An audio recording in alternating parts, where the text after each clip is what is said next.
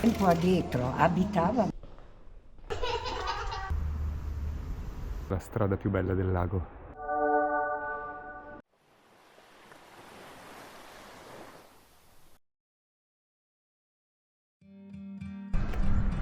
Buongiorno, eccomi a riprendere il percorso del Giro del Lago di Seo a piedi. Giorno 3, avrei dovuto fare mezza giornata ma probabilmente l'allungo un po', non mi corre dietro nessuno, ho una vescica sul piede e quindi me la prendo un po' più con calma. Adesso ci sono 8 gradi, sono le 8:15 di mattina, siamo a fine febbraio e questa terza e ultima tappa che chiude il periplo mi porterà da Riva di Solto a Toline, frazione di Pisogne. E quindi completo il tour, completo questo cammino. Purtroppo la giornata è un po' nuvolosa, anche se gli altri 2 giorni mi ha proprio graziato perché per essere in questa stagione c'è stato veramente un meteo super clemente. Però oggi avrei dovuto, come dire, fare delle riprese, vedere, affrontare un percorso che poi è il pezzo che preferisco di tutto il lago, che è quello che c'è tra Riva di Solto e Lovere, ovvero la baia del Bögn e la strada carrabile che appunto costeggia il lago, che è molto bella perché è tutta tra lago e rocce, quindi sarà comunque affascinante, però con una luce magari non perfettamente adatta. A ogni modo si riparte. Sono su questo bellissimo lungolago che da Riva di Solto porta verso il Bögn, che fa sempre parte comunque di questo comune, cade sotto Zorzino, comunque Riva di Solto, è davvero molto bello e curato, pieno di c'è questa linea di ulivi e questi bellissimi balconi vetrati, da cui l'effetto è quello di essere, diciamo, proprio quasi dentro l'acqua. Il percorso sarebbe di 17 km, quello pedonale, ma poi in realtà tra Lovere e Pisogne, che sono comunque 2 borghi molto belli, e le cose da vedere e visitare, mi porterà via qualche altro chilometro in più. Mi aspetto di fare circa 8 km in più, quindi di arrivare, diciamo, a chiudere il cerchio con 24-25 km complessivi per oggi, quindi questa è la tratta più breve.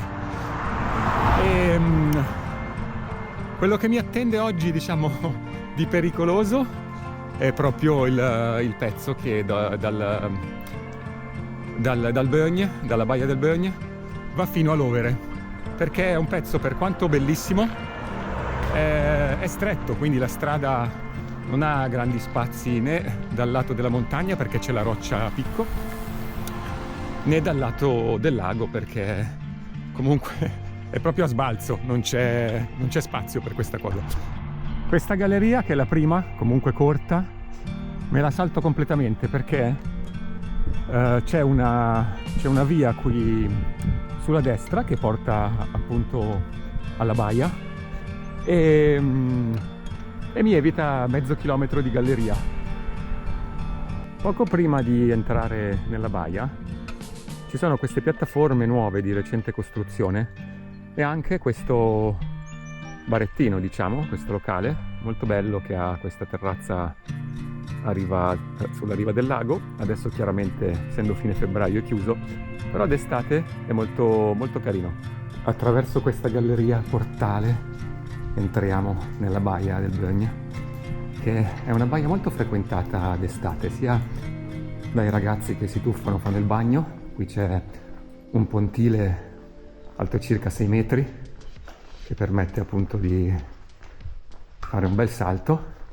Ci sono delle pareti di arrampicata, è una falesia con già gli attacchi, eccole lì, le catene sopra per l'arrivo. è un'insenatura molto bella d'estate all'ombra, sembra di stare in Asia. Ora la vedo, diciamo per la prima volta, la vedo poco verde, mentre io di solito vengo qui d'estate.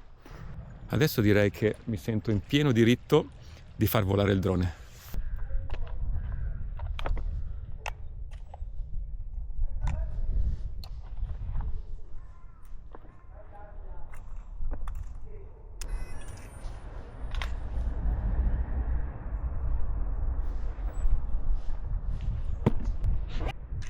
Iniziamo!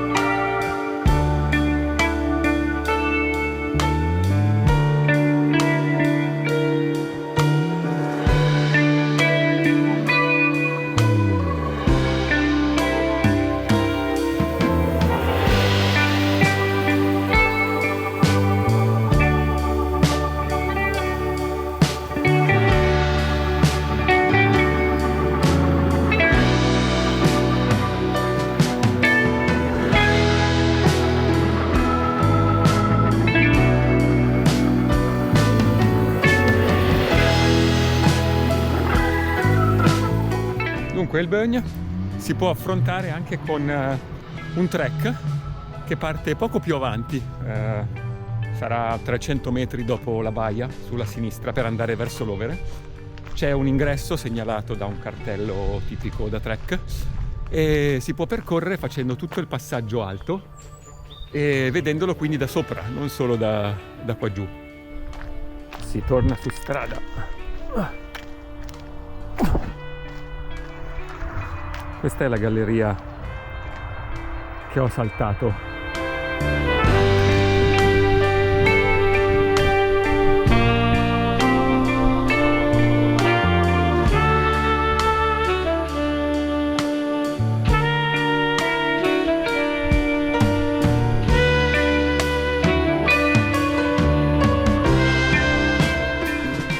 Allora, questo è il punto da cui si sale per fare il sentiero alto del Bögn e è segnalato insomma da questa santella. Passano ciclisti come questi, passano moto, macchine ovviamente, goncini, un ragazzo che correva e quindi non è poi così inusuale fare questo tratto anche a piedi. Comunque, essendo weekend, il traffico è anche tutto sommato ridotto.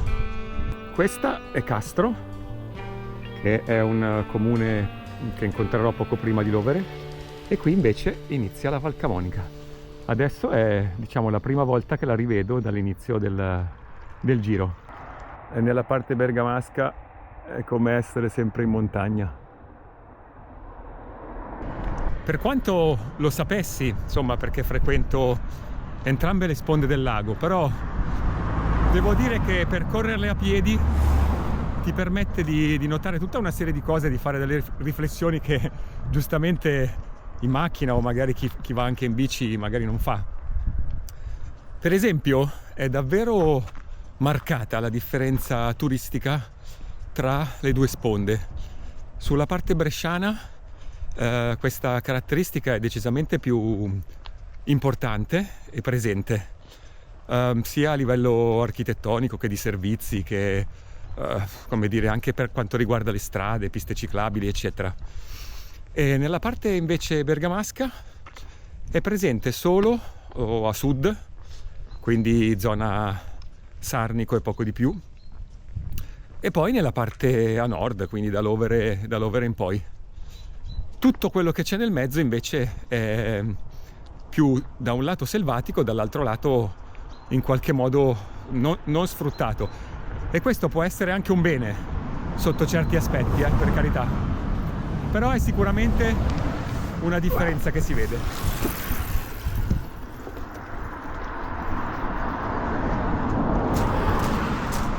Qui ci sono i rack per le canoe per appoggiarle e una discesa al lago con un parcheggio e un'area picnic. Miseria, questi mi servirebbero un sacco in Baita Chignadì, solo che la vedo dura portarli nello zaino oggi.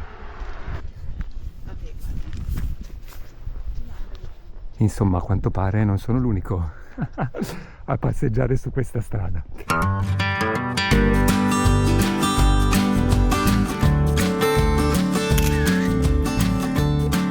Ben arrivati a Castro. Oddio, non a Castro paese, ma nel comune. Backstage. Un sacco di queste bellissime mini gallerie bucate nella roccia. Una è questa, un'altra è questa e qui un'altra. Decisamente niente a che vedere con le gallerie di ieri.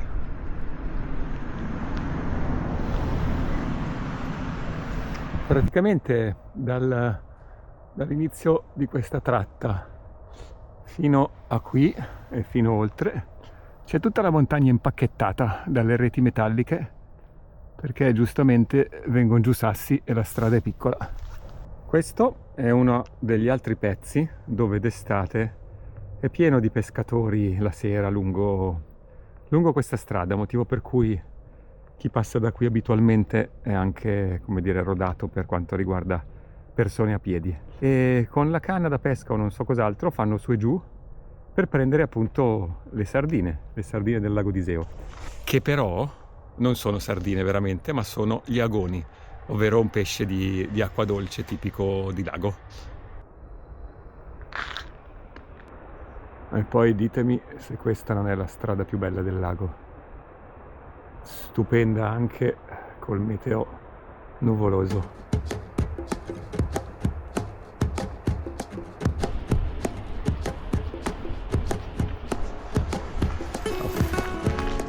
Devo affrontare un paio di piccole gallerie molto corte, 250 metri. Direi che la faccio anche senza mascherina. Pensa a questa galleria cosa ha superato. Ma che blocchi di roccia giganti.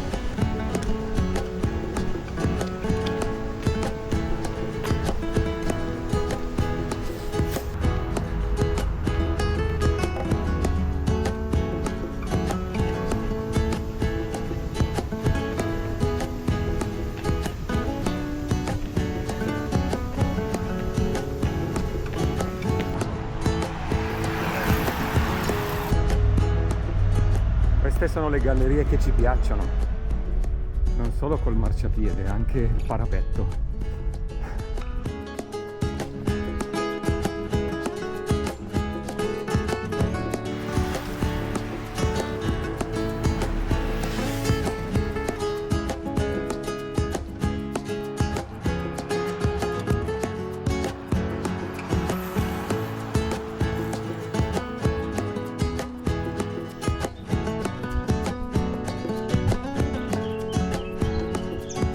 Ecco, questa è tutta la strada che ho fatto poco fa a bordo lago. Così bello da sembrare finto ed essere vero.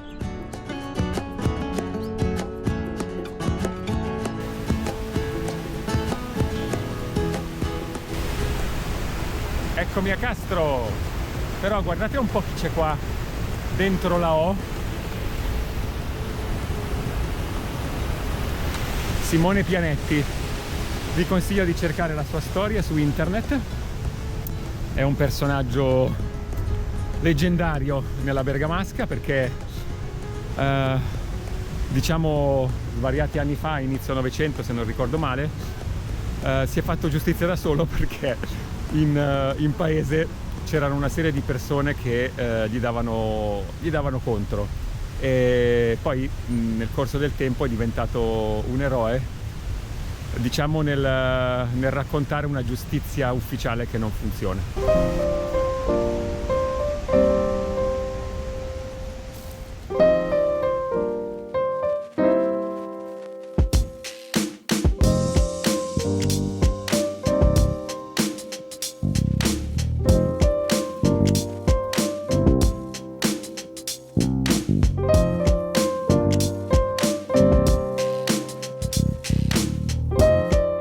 Adesso, continuando lungo la strada, Monte Isola è qua, questo pezzettino che sbuca, non si vedrà più perché il lago fa una forma di S, una curva.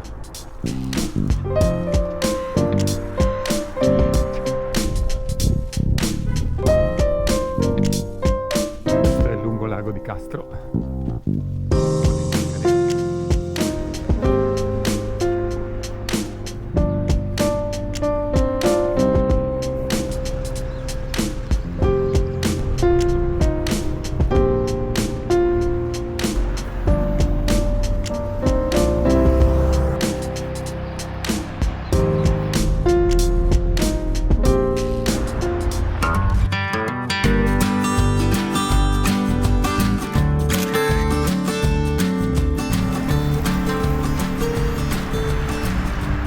Ciao ciao Castro, benvenuta a Lovere, uno dei borghi più belli d'Italia.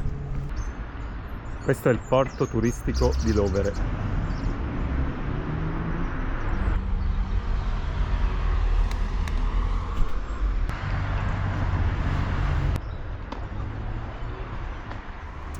Queste sono le targhe che Lovere dedica ogni anno per il festival Porto Lovere a un attore o, come dire, un regista importante, e sono inserite nel cammino lungolago. Qui c'è ormeggiata la Capitanio 1926, che è una barca antica però ancora in grado di navigare, e ogni tanto permettono appunto di farla viaggiare sul lago. Io ci sono stato un paio d'anni fa, credo. È carina.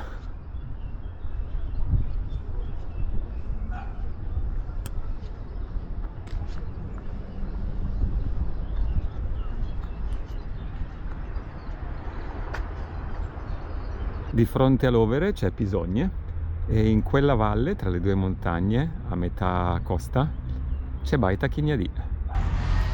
Appena entrati da sud a Lovere, prima di arrivare nel centro vero del paese, c'è l'Accademia Tadini con una galleria d'arte comunque interessante anche da vedere. Ma perché andare a vedere un museo in piano quando si può andare in salita e vedere il santuario delle sante patrone di Lovere, Capitanio e Gerosa?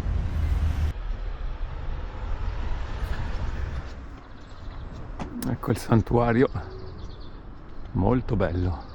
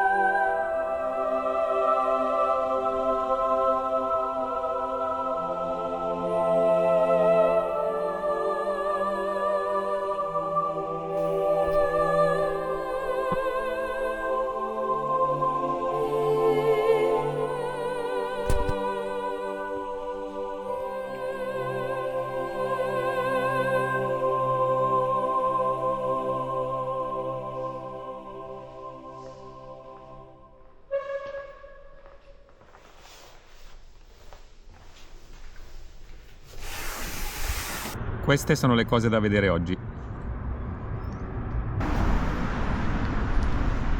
2 passi sotto i portici della Tadini li facciamo comunque. E in questo panificio ci sono delle imbarcazioni riva, quelle che ho visto ieri ai cantieri. Si fa vivo un timido sole sul lungolago Stoppani di Lovere.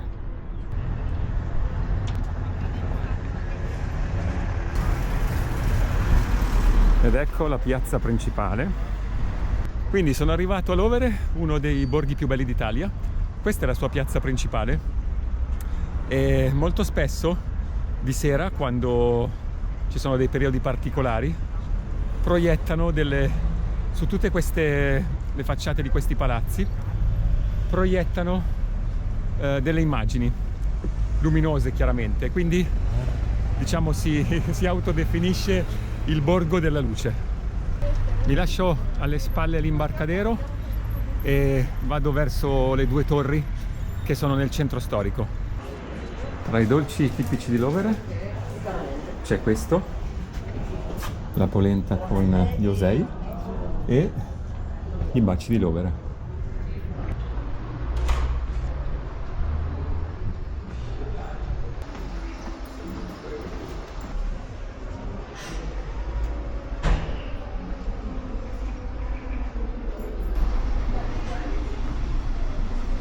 Questa è la Torre Soca, una delle torri di Lovere principalmente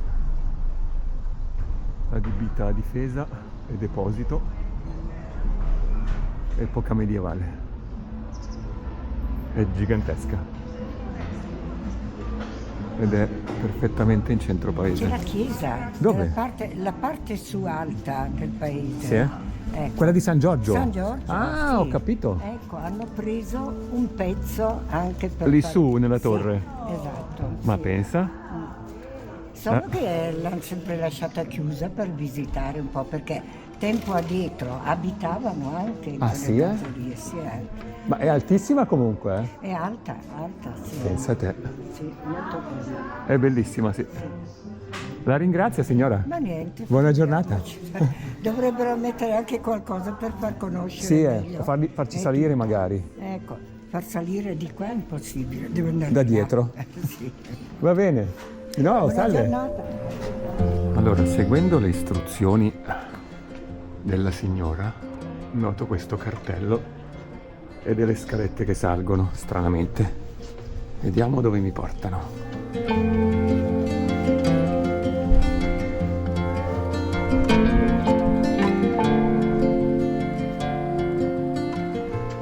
Anche se sembra casa di qualcuno. Vediamo.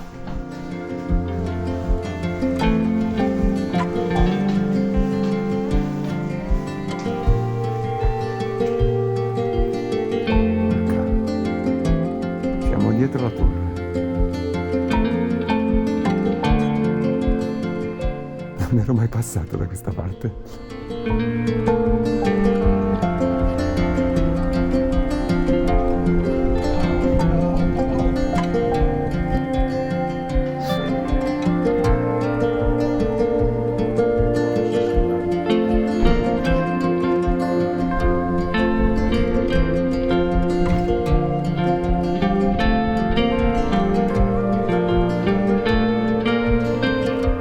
Ecco la torre civica,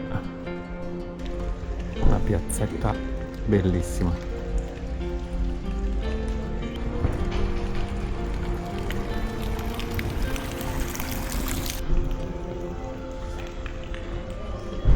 Prego, prego.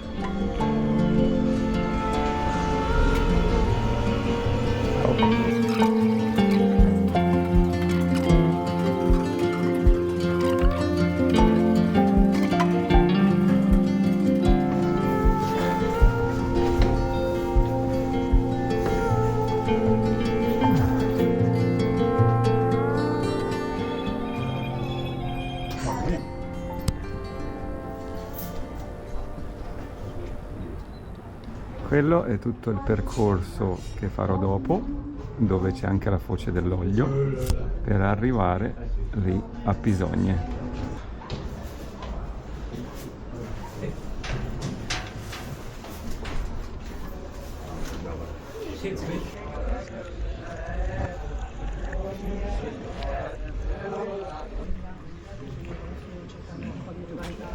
Faccio questa viuzza qua. C'è la via stretta? Sì, l'hai fatta? L'ho fatta qualche tempo fa. Sì, È carina, no? È bella anche lì. Ma una volta sa per cosa si usava la via stretta?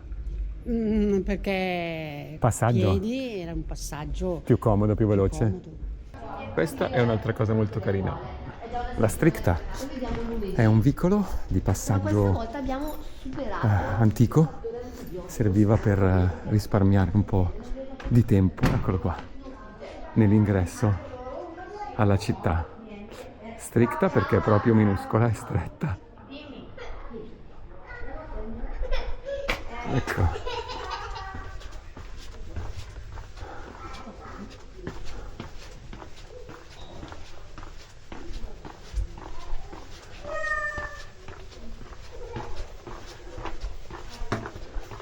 In effetti taglia tutto un quartiere.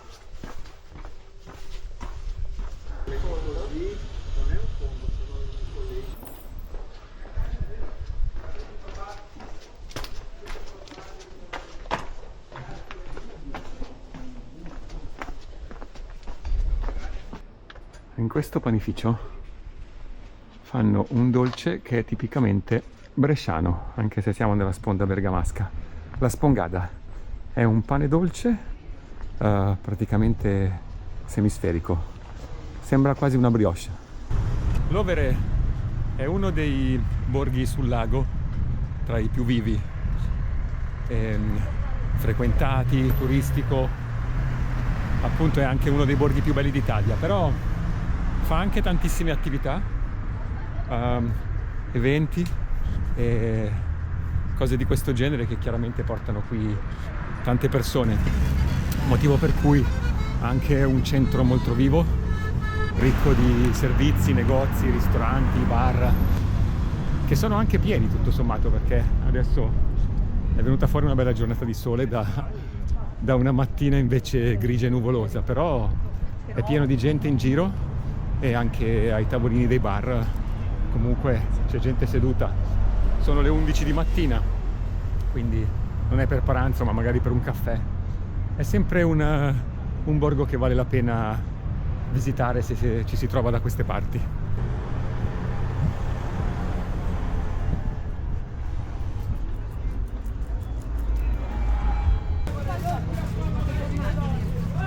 Sì, formaggio di monte stagionato. Guarda, l'avrò. Questa la pesce, tanto ciao, ciao, ciao.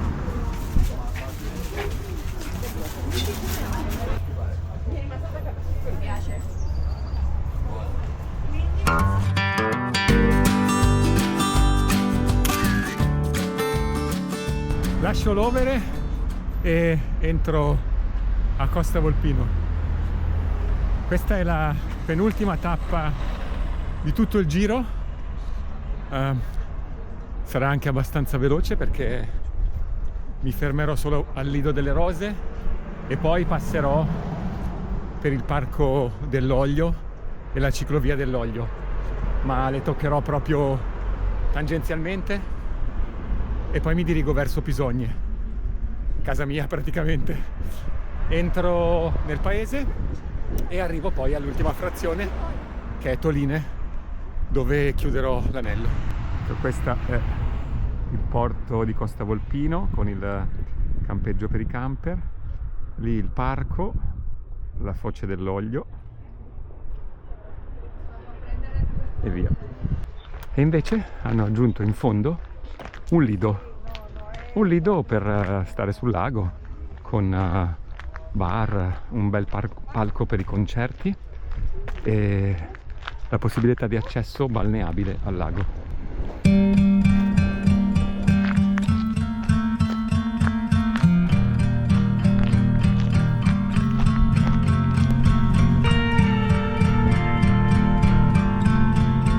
Mi trovo nella via principale di Costa Volpino, una via di negozi con un po' di portici, che è stata riqualificata proprio da poco. Adesso effettivamente è molto più bella, più ordinata, più pulita, tutta nuova. Allora il carterone indica 13 gradi in questo momento, mezzogiorno e mezzo a Costa Volpino. Questa appunto è la zona tutta nuova. Parcheggio bici. prima di lasciare Costa Volpino e attraversare l'Oglio per raggiungere Pisogne, che poi è l'ultima tappa, stavo pensando di fermarmi per pranzo, ma questa volta vorrei mangiare qualcosa di sano, ecco.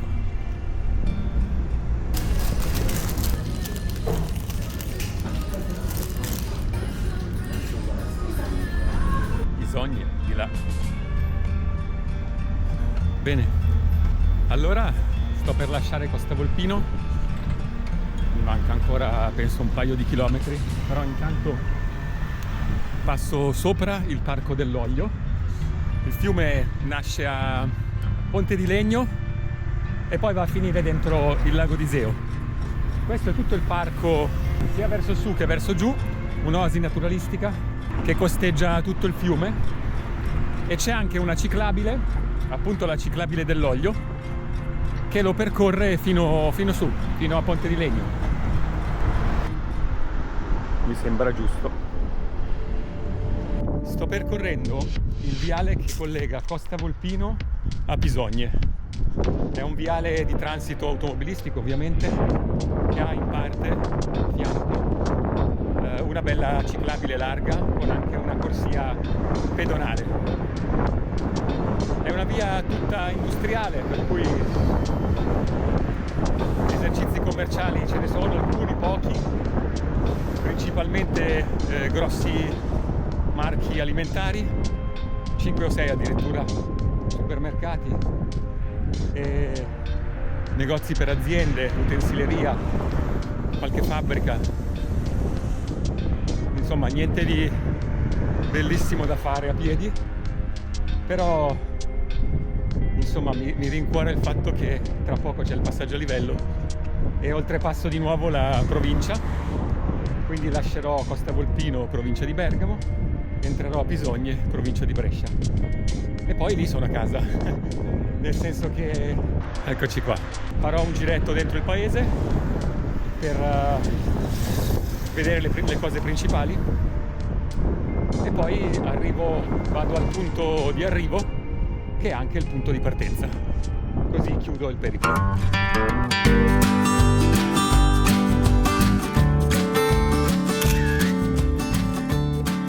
E infine Pisogne!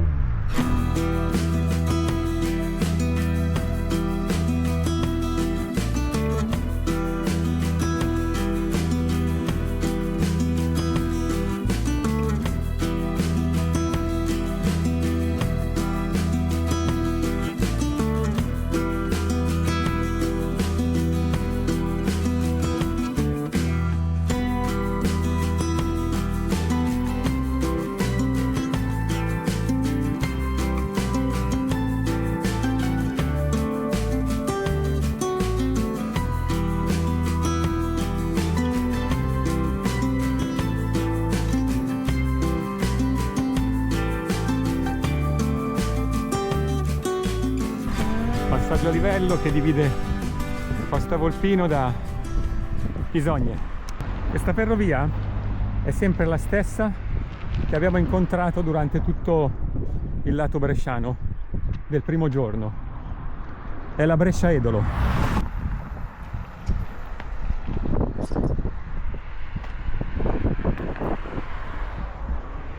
La prima cosa che voglio vedere e rivedere a Pisogne è la chiesa di Santa Maria della Neve con gli affreschi del Romanino. Che bellissimo albero. Forse è un glicine. Stupendo. Eccoli i posti di Baita Chignadì. Tutti i luoghi che vi ho raccontato sul profilo Instagram e YouTube. E finalmente Santa Maria della Neve. Una chiesetta che, se non ricordo male, è addirittura sconsacrata, però contiene questi affreschi stupendi e molto conosciuti del Romanino.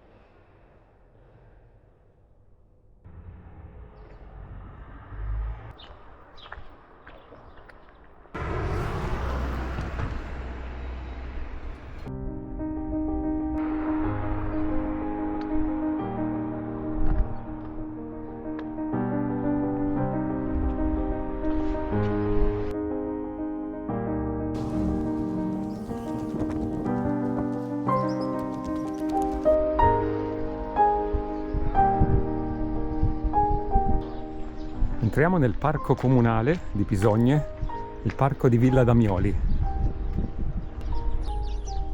Anche questo è molto bello d'estate, o comunque in primavera. Adesso stanno cominciando a venire fuori i germogli, ancora chiaramente spoglio.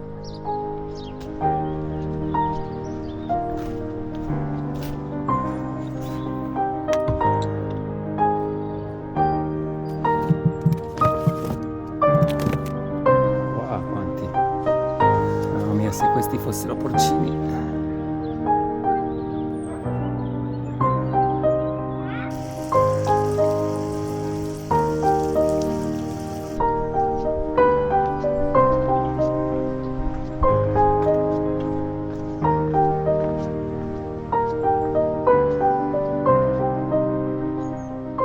Oh, in fondo si vede la torre del vescovo.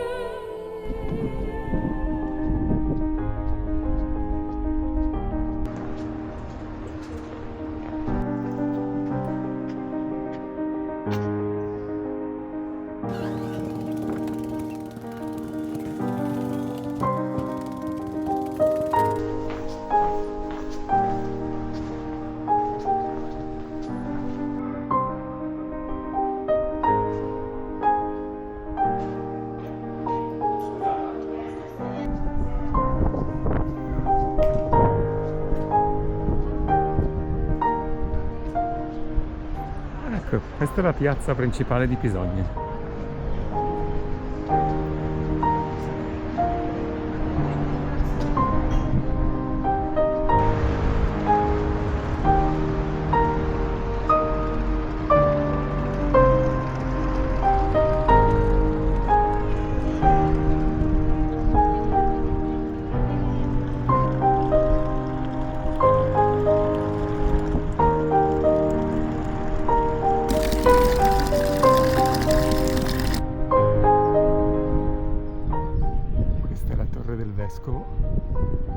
Dove proprio qui sotto, la rappresentazione dei tre paletti, vennero bruciate quelle che allora venivano chiamate streghe.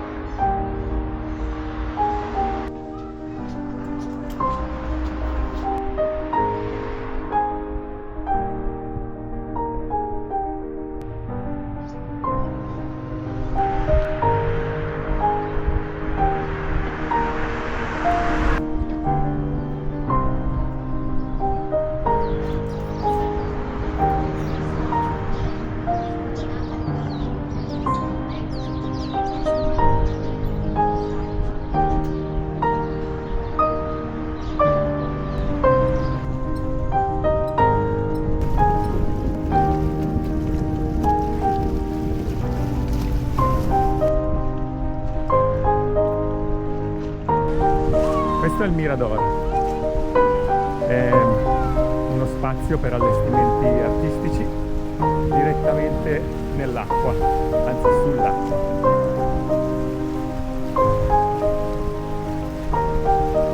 Bello, no?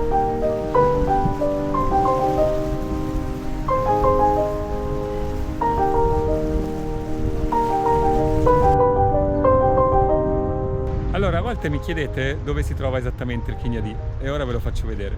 È qui, appena sotto quel prato innevato.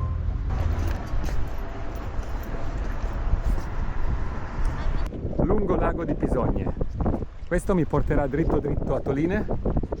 Per un pezzettino è così tutto bello curato e diciamo turistico, e l'ultimo pezzettino invece è solo una ciclopedonale. Quindi manca poco, circa 2,5 km, e insomma tra qualche minuto sono arrivato. Queste le sardine.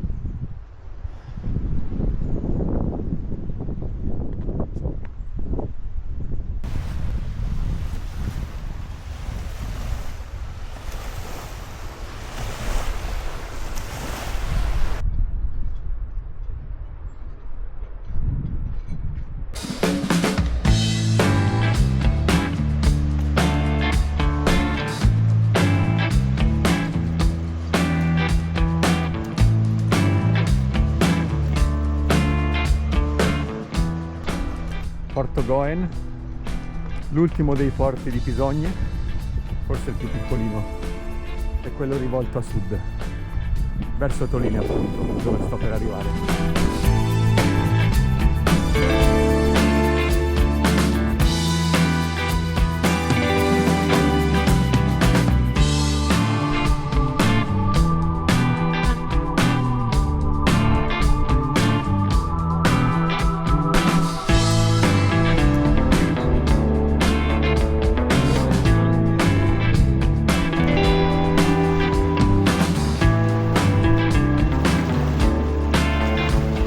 10 minuti all'arrivo,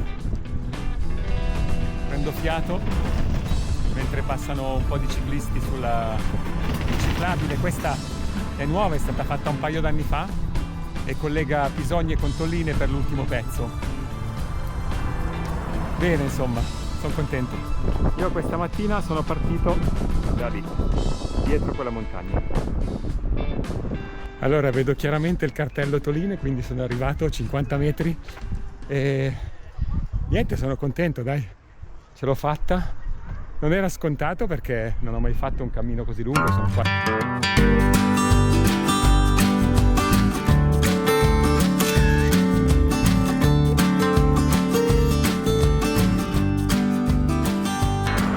Comunque in diretta direttissima da Toline. Sono arrivata, ce l'ho fatta.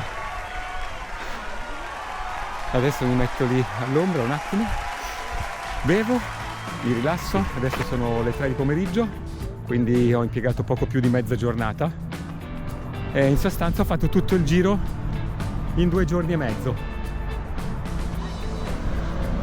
Sono emozionato, sono davvero contento.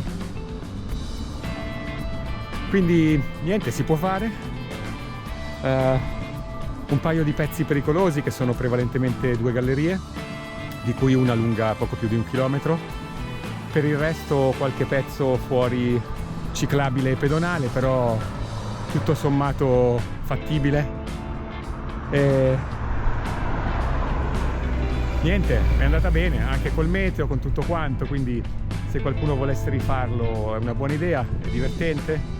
Ho anche incontrato qualche persona simpatica sul percorso. Allora poi tutto il giro del lago di Seo a piedi è stato fatto, mi manca solo Monte Isola, bisogna fare il perimetro a piedi che sono circa 9 km e poi ci vorrebbe anche concluderlo con la salita al santuario della Ceriola e penso che in un paio d'ore si possa fare, così poi diciamo ho messo la spunta a questo tour completo del lago a piedi. L'ho già detto che sono contento, sì.